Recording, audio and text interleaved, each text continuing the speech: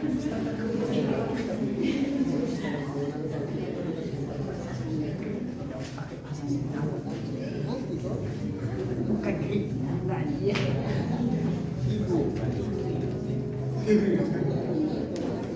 bagi kita semua. Shalom. Pada hari ini kita akan memulai ibadah kita, tapi sebelum itu marilah kita mengambil sikap saat teduh dan berlutut di hadapan Tuhan saat teduh dimulai.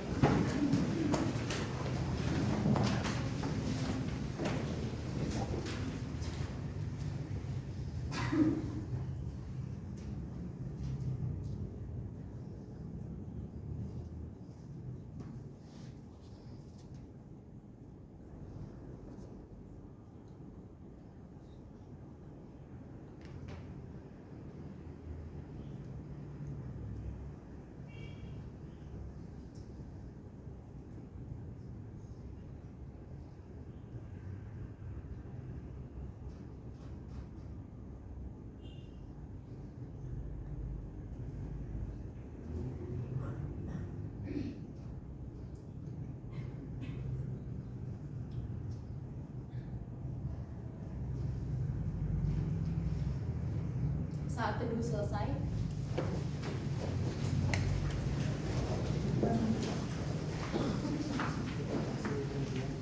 kita akan mendengarkan sejarah singkat Gereja HKBP. Kuria Kristen Batak Protestan atau disingkat dengan HKBP adalah gereja yang beraliran Kristen Protestan di kalangan masyarakat Batak. Gereja ini merupakan yang terbesar di antara gereja-gereja Protestan yang ada di Indonesia, sehingga menjadikannya organisasi keagamaan terbesar ketiga. Gereja ini tumbuh dari misi RMG dari Jerman. HKBP resmi berdiri pada Senin 7 Oktober 1861. Sejak pertama kali berdiri, HKBP berkantor pusat di Pea Raja atau Kabupaten Tapanuli Utara, Sumatera Utara, yang berjarak sekitar 1 km dari pusat kota Tarutung, ibu kota kabupaten tersebut.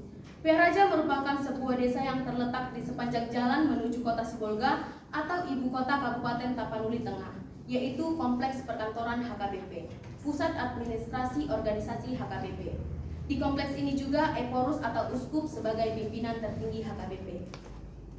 Untuk mengawali ibadah kita, marilah kita bernyanyi dari Kidung Jemaat nomor 17, Tuhan Allah Hadir.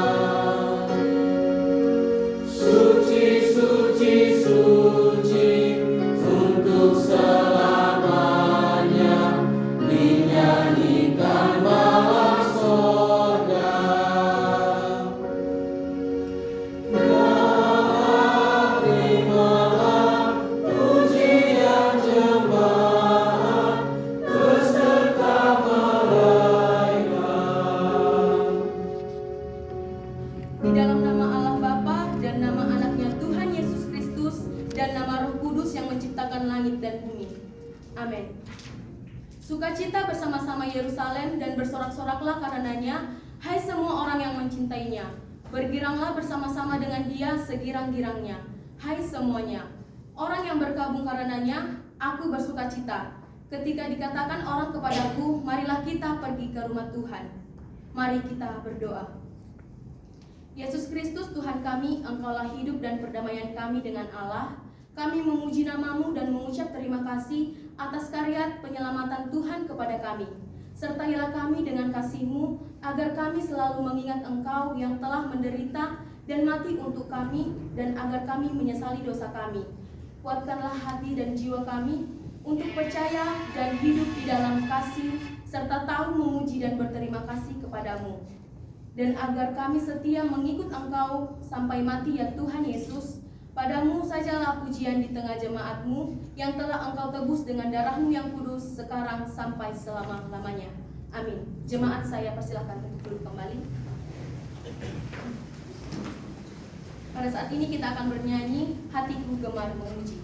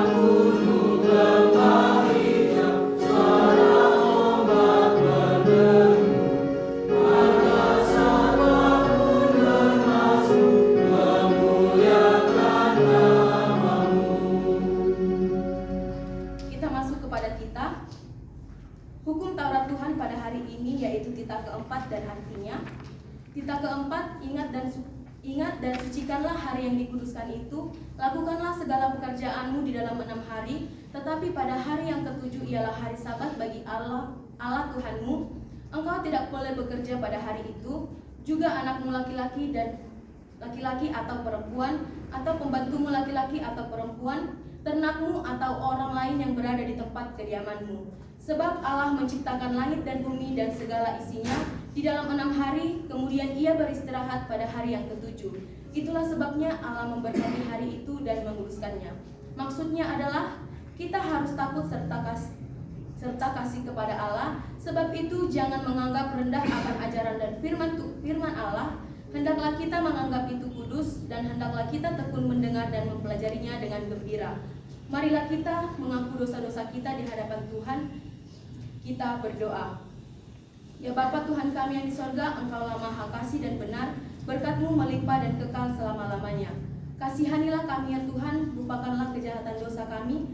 Kami sering berbuat dosa terhadap Engkau dan membangkitkan amarah-Mu, karena kami sering melanggar hukum-Mu. Limpahkanlah kasih sayang-Mu kepada kami, dan berkatilah kami dengan pertolongan-Mu. Ya Tuhan, Allah sumber kebahagiaan kami, ampunilah segala dosa kami dan kesalahan kami, di dalam anak-Mu Tuhan Yesus Kristus, Tuhan Juru Selamat kami. Amin. Pada saat ini kita akan bernyanyi dari Kidung Jemaat nomor 410, Tenanglah Kini Hatiku.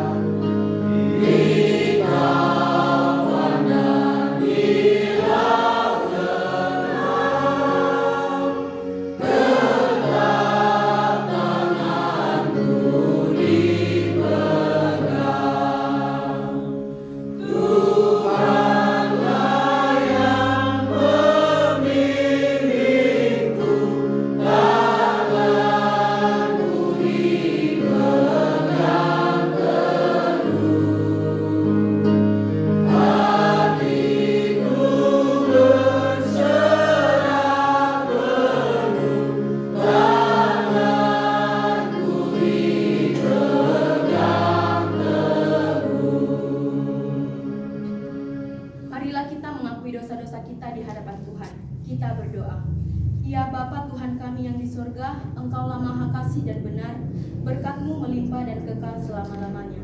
Kasihanilah kami ya Tuhan, lupakanlah kejahatan dan dosa kami sering berbuat dosa terhadap Engkau dan membangkitkan amarah-Mu. Karena kami sering melanggar hukum-Mu, limpahkanlah kasih sayang-Mu kepada kami, dan berkatilah kami dengan pengorbanan-Mu. Ya Tuhan Allah sumber kebahagiaan kami, ampunilah segala dosa dan kesalahan kami di dalam nama anak-Mu Tuhan Yesus Kristus, Tuhan dan Juru Selamat kami. Amin.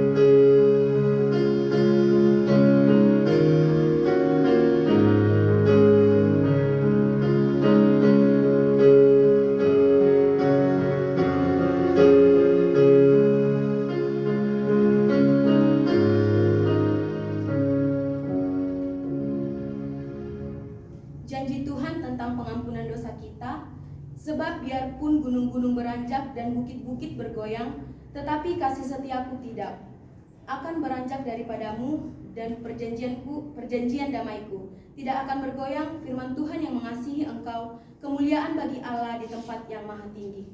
Amin. Jemaat, saya persilahkan untuk duduk.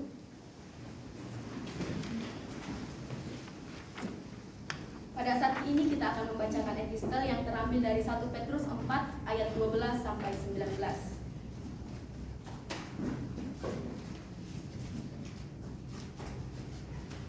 Sekali lagi, epistel kita terambil dari 1 Petrus 4 ayat 12 sampai 19.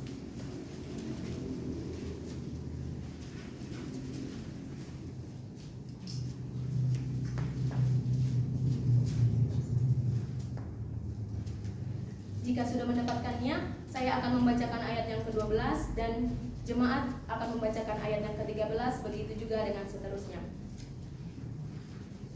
Saudara-saudara yang terkasih, janganlah kamu heran akan nyala api siksaan yang datang kepadamu sebagai ujian, seolah-olah ada sesuatu yang luar biasa terjadi atas kamu. Sebaliknya, bersukacitalah sesuai dengan bagian yang kamu dapat dalam penderitaan Kristus, supaya kamu juga boleh bergembira dan bersukacita pada waktu Ia menyatakan kemuliaannya. Berbahagialah kamu jika kamu dinistakan karena nama Kristus, sebab roh kemuliaan yaitu roh Allah ada padamu. Janganlah ada di antara kamu yang harus menderita sebagai pembunuh, atau pencuri, atau penjahat, atau pengacau.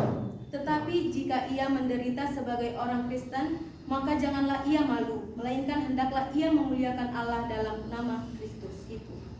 Karena sekarang telah tiba saatnya penghakiman dimulai, daripada rumah Allah sendiri yang harus pertama-tama dihakimi. Dan jika penghakiman itu dimulai pada kita, bagaimanakah kesudahannya dengan mereka yang tidak percaya pada Injil Allah?